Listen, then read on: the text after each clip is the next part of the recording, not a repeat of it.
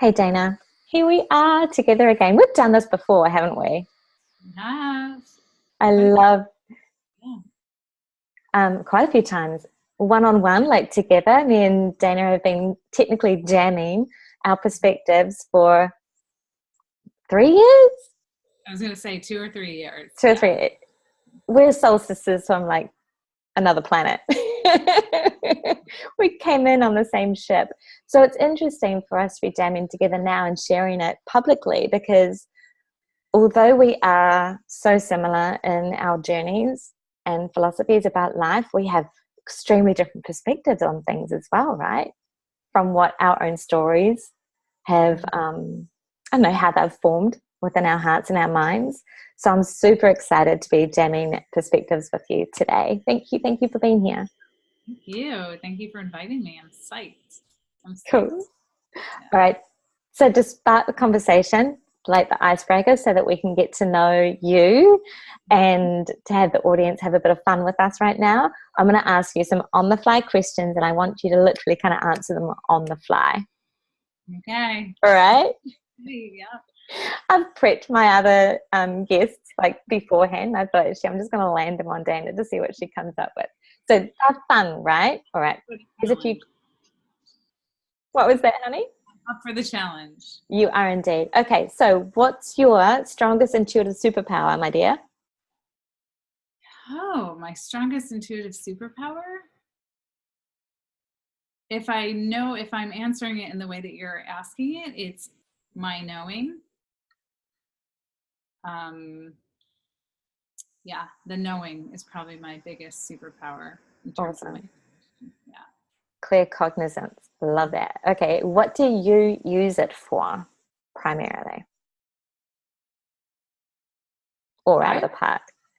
Yeah, I mean, day to day decisions, but I mean, obviously, with the work that I do in the world, the intuition is the biggest game changer, right? Not using logic in the head, but going with what's needed here and how can we guide the situation to the higher good of all.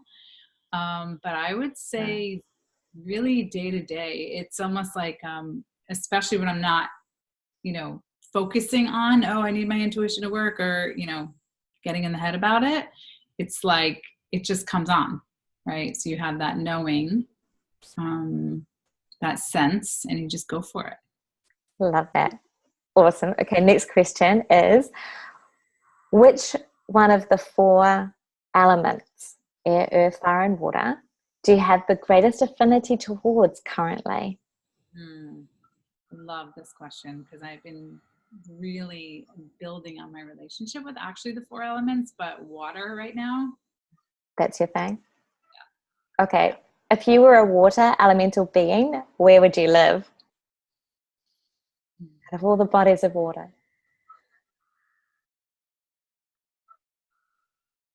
Hawaii. So ocean. Ocean. Yeah. Oh, that's you. Okay. Yeah. Lagoons, like ocean lagoon, Yeah. Hawaii. Ooh, yeah. Yeah. Oh yeah, I've got a visual in my head actually of you dancing on the beaches of Hawaii. I love that. We've done that, haven't we? We've done a little quantum shaman journey about that. Okay, so what kind of animal would you keep as your pet? So you're this elemental water being living in the oceans and the lagoons of Hawaii. What elemental being would be your pet in this imaginary world or alternative dimension? Not a water animal. It's not a sea animal. It is a white tiger. Oh, that's cool. Oh, wow. Okay. I'm so hanging out with you over here. And you and your white tiger living in this world, how would you make this world and therefore in another dimension, this world that we are in now, how would you make it a better place? What would be your legacy? With the white tiger. Yeah, you and this, as you are now with the affinity towards the water elemental, with your animal beside you, how are you making this world and that a better place? I can like feel it in my body as you're asking me this, and everything that's coming up for me is like the fierceness, the power, and beauty of being a woman. and for all women to be that reflected back to them, right? So allowing the fierceness to come through, allowing the sovereignty of being, the grace, and the permission to just be who you are. Breathe that one in. Thank you. That as you were, even before you were asking the question, I'm like, oh yeah, that that fierceness, that I have this. So right now, you asked me what the element is. Right now, what I'm playing with is my yeah. So. Share that with me now. What are you playing with in the element of water? Like, how are you exploring that? Because you are an explorer soul. Well, I actually just went on a retreat. It was in Colorado, which there isn't a lot of water, but I did a wandering on the land with a question, and I found a river, gorgeous river that was flowing through the icebergs and the snow, and it was just beautiful. And just listening to its guidance, and what it was revealing to me was the aspects of water. Yes, it's beautiful and it flows, but it's fierce, and it can like, without hurting a thing, just like plummet through things, you know. And it's forceful. It has a fierceness to it. It's what's the word I want to use? It has its own dimensions, you know. It's like the way it's flowing, each ripple, each wave has its own representation and personality, and it's always ever changing. So looking at the aspect of water and how I want to live my life is to just flow in that way. It doesn't need to, there's grace in that. There's grace in all of it. As you know, I'm all about emotions and honoring all of them. So the beauty, grace, fierceness, the rage that water can also create. You know, we have some things happening on the planet, or things that happen on the planet, you know, tsunamis, and, you know, there's that destruction, death before rebirth. So a lot of messages that I receive through water, but it's also my happy place too. Yeah. It comes in line with, when I think of you, honey, I think grace. And don't you have a tattoo with grace? Yeah. Embodiment and grace is how I see you, and that's why I was inspired to bring you on into Perspective, the episode 3, to talk about the root chakra, like looking through life as highly intuitive, sensitive beings, highly conscious beings, looking at life through the root chakra, and why it's so crucial for us to be in the body. And you revere the body as this sacred temple that it is. You uphold that vision for me when I forget about it. Dana's one of like my bestest besties, and without the knowing that you've shared with me, the wisdom that you've shared with me, I think I may still be flying a little high, to tell you the truth. So although you're not necessarily, well, it's interesting because you've got these polarities of work with Dana at a soul level. So we know that Dana is comprised of the vibrational essences that are both divine creation, which is of very much of the earthly plane, being able to manifest really effectively within the material plane, and to be able to create there and make things that are built to last. So there's a lot of embodiment and embracing the human experience that is a part of your gifts, being able to teach us that. And then you bring along the gifts of divine love and being able to hold a space for us to be able to do this for ourselves. And just merely in friendship, you help to provide that space for me to really come into my body. And I was saying on the live that was all techie in the beginning, I was saying lately the grounding practices that I used to have aren't working for me like they used to, because I've shifted vibration. I need something different to ground me in this new paradigm. And I always go back to, or now lately, because I'm thinking of it, needing something more. When I wake up in the morning, you gave me this beautiful suggestion a couple of years ago of hopping on the side of my bed, placing a circle at my feet, and then stepping into it. And as I step into that golden circle of light, I embody goddess, divine being that I am. Now that's been working the last couple of days. I'd forgotten about that as a grounding practice, but it's calling me to be more conscious and deliberate about experiencing this. And I've been eating better, looking after myself better, going to bed earlier. And if I'm still not beating myself up about it, I know that's a biggie from like workaholic past. So yeah, that's a really valuable tool that you've taught me. And you've got many other tools in your belt as well. Do you want to talk to us about your perspective, maybe a little bit about your story on how you've come to really value and revere embracing fully this human experience? It makes me almost want to cry when you ask the question in that way, because so many of us don't value the body. And I will say I did not come from a place where I valued my body.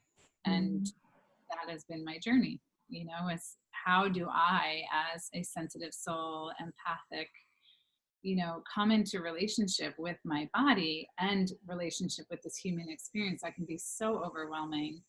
And you just want to fly out and use any distraction that we can. And just to, you know, rehash bits and pieces, I have an eating disorder. But before that, it was constant partying, lots of alcohol. There was drug binges for a couple of years. And it wasn't until I hit rock bottom, went to the hospital, very low weight, vitals down, that that was my first wake up call of like, okay, it's time to, I don't want that to ever happen again. It was super scary. I was alone and I passed out quite a few times and I had to call the ambulance on myself. And then I passed out in the hospital right when they were going to let me go. And I'm grateful for that experience because, you know, they realized, you know, how hospitals can be. I mean, that wasn't a pleasant experience either. You know, and after that, just so many health repercussions and, you know, food intolerances, candida, whatnot. My body was constantly like, girl, pay attention, right? And for a while, for a long time, I didn't know that's what it was. I just felt I was there was something wrong with me. I'm just cursed. I'm not like lucky. And, you know, I'm fat. And, you know, because I went through a lot of weight fluctuations. And it wasn't until I just had a moment in the mirror and saw how sucked dry my soul was. Wow. Yeah, I literally was looking in my eyes and I just saw like this gaunt person that was just so removed from her body. You know, her soul was so removed from her body. So that was one of the like coming to realization of, you know, my kind of second wake up call of like really going on this journey of health, and wellness and everything.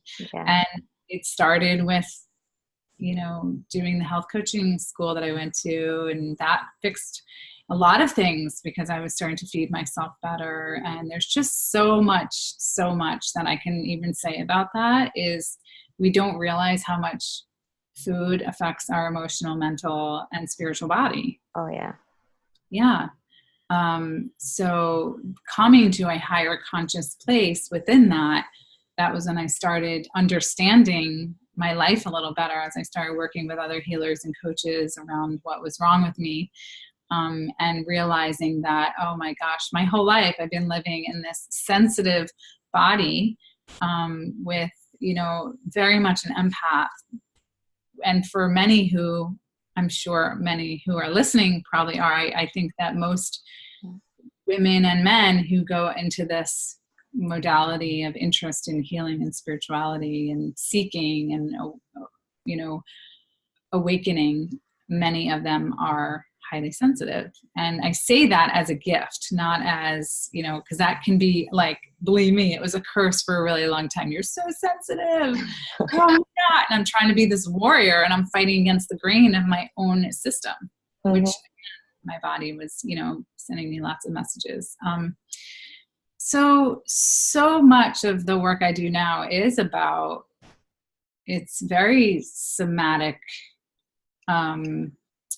somatic represented, I guess I could say, in terms of, you know, the grounding tools and how we listen to our body and how we ask the right questions with our body and the tools. I love that. Oh, and one other thing I want to say as a sensitive and empath,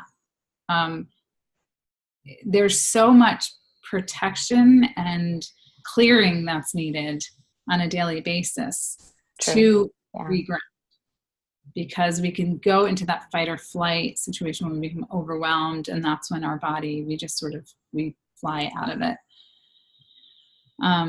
Good point. Yeah, and I get what you're saying about your grounding has changed because you're in a different vibrational place, and I totally relate to that. For me now, which we've spoken a bit about, has been movement and dance. And when I say dance, it doesn't need to be like, you know, dancing. Sometimes dancing actually takes you out of your body. This is like, really, you know. This is you listening to your body speak its language. Yes. Telling its stories. Yeah. Like slow, beautiful music, and just feeling how my body wants to move. You know, like feeling the different, what am I feeling in my body, and what does it want to say? And, you know, when I first started doing this, because it circled back to what I used to do, dancing a long time ago, right? Yeah, that would have been our thing, like to be embodied. We didn't realize it at the time. We just knew we loved it. But yeah, dance was probably both for us a savior. Yeah, completely. And yeah, now that I'm bringing it back, because I'm like, oh, that's right. That was one of the things that healed me even from my anorexia, you know, is dancing, but not in this way. This is just a bit different now that it's incorporating all these different modalities that I have, but dancing, and also, I'm sure I shared this one before, but waking up in the morning, and before you, like, you know, we can wake up in the morning and be like, oh my God, what do I have to do? And we just like race out of bed. But one of the things that actually I started doing, I was on a shamanic retreat, and I found myself lying on the floor for a really long time. Just what does it feel like to be embodied and being with myself? And I just kept putting my hands on like all different places on my body. And I wasn't even noticing that I was doing it until I came home after that retreat, and I kept doing it every morning and every night. And my body shifted, even my body, the way it looked shifted. Like I had all these digestive issues. As I started paying attention to my stomach and started paying attention to the various parts of my body, it felt amazing. That's glorious. Okay, so listening to the wisdom of the body and the language that it speaks, the stories that it's trying to share, and then also going, yes, I'm listening, but then I'm also giving and acknowledging and tuning in. Okay, I'm going to, this is going to be really good for me. Everybody can have their own flavor. You can add gratitude and you can just touch your body. And it might feel really uncomfortable in the beginning. Believe me, I totally get that. Even the dance, I was about to say, when I brought it back full circle. Yeah.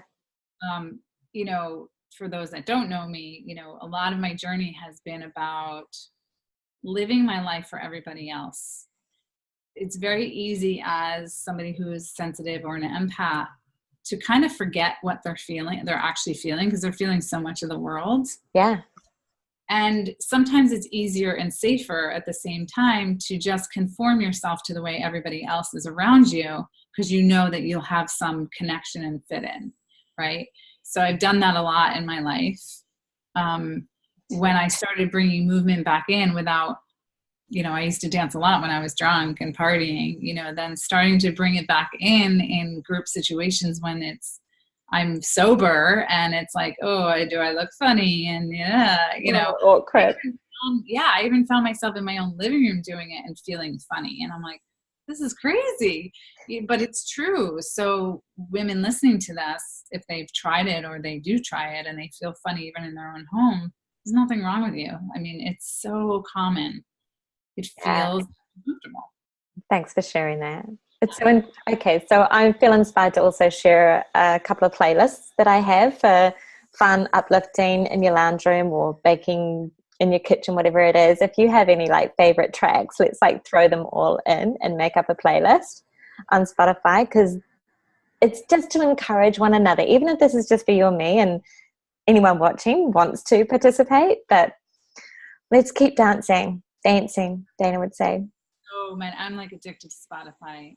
When I was out in Colorado, I just did a offering of revival dance. So Oh yeah, that's right. This is Dana's new baby, revival dance. Very exciting. Born from all those years ago, born from your entire journey. Yeah. Wow. And incorporating that with body divinity, all that you teach and help your clients journey through. That's why you were like the perfect person to invite onto Root Chakra Perspectives. And this can evolve. Like I can see where also sacral chakra is starting to call herself into the conversations now when we're talking about the element of water and how grace and flow of our emotional unconscious world is becoming a part of our conversation. Yeah, I'm excited to see where that's going to go, because as I'm going through Bibology perspectives with everyone, I'm like living out and playing with the topics that we're exploring. Loving this. I have to dance. I do want to say water has definitely been, my element, but just going back to you saying now, and just realizing we're talking about the root chakra. I mean, being out in Colorado and some other things that are going on in my life right now is there's definitely a earth calling, right? There's like many things that have been happening where there's like this earth building of a relationship. And I know that has a lot to do with my own root chakra. Yeah. Wanting to go to the next level. That makes sense. Absolutely. Okay, so as we wrap up, hot tips for being able to integrate the upper and lower chakras, because when you look at the extreme of the root chakra is the crown of our ultimate divinity, crown chakra and above. So when you look at I've got this visual in my mind, like the heart's the center, and then there's this pattern that goes through, and the root chakra and the crown chakra are in union essentially because they're in the same sphere. So for us to be able to really be on the planet and to know that we belong here and that we have a divine purpose here, sometimes one of the easiest ways for us to ground, this is my new like higher frequency perspective, is to tap into here. And that's where body divinity is like such a profound phrase, right? Like divine, embodied, same deal. We are multidimensional beings on this third dimensional dense plane at the same time that we are also existing on these higher planes. And I didn't realize that in my younger years. Oh, no. And I mean, when you think about it, that expression root to rise, right? And then also the body divinity is my belief that we can't really reach that state and feel our own divinity when we're not embodied. We think we just fly out there and meet up with our angels and our guides, and which is beautiful, and I'm all about that. Yeah. There's a safety up there, and then we feel unsafe down here, and then we're ridden with anxiety and depression and all these other health complications, however it expresses itself through people. It's different, maybe more emotional, mental, physically, but that's where the embodiment really needs to come in. Yeah, for me it was same like eating disorder as well, and anxiety, depression, suicidal tendencies, drug, alcohol addiction, like anything that I could possibly do to prevent me from being on the planet, I was signing up for. Right here. So to be able to embrace our power, our beauty, our truth, this is what you and I are doing, and I want to honor you and everyone who's tuning in and resonating with our stories and the process of accepting this human experience. I honor each and every one of you, and I thank you and God, the God within you, for choosing to be here. Thank you. And same to you. And the work you're doing. I mean, this is incredible what you're doing. Really. So needed. So needed. Yeah. This has been beautiful. You and I would probably jam for hours given the chance. Oh my God, I want to do more. We can do more. Let's pick up another chakra later on in perspectives. But we'll wrap up now and say, may we be well in our physical worlds. Yeah. And each of us know that we belong to community, to the earth, and to this here and now moment. Yeah. Let's be grateful for one another's presence. Yeah, any words, honey? To that, and just knowing that when we are feeling in that place of unbelonging or anxiety ridden or not, it's just taking a deep breath in, landing in the body, and knowing that it's whatever stories, those are old stories that just, and it's the same thing as, holding on to that. Some people don't, but I like to say, like, it's like you're a little girl. It's like, it's that same thing, holding on to and having compassion for that self that's feeling unbelonging or lacking confidence and wants to fly out. So that practice. So it's like, it's okay, you're home. Stay here with us. Yeah, love it. Thank you, Dana. I love you so much. Thank you. And we'll connect base soon and share more perspectives. Thank you for being here. Bye, everyone. Bye. See you later.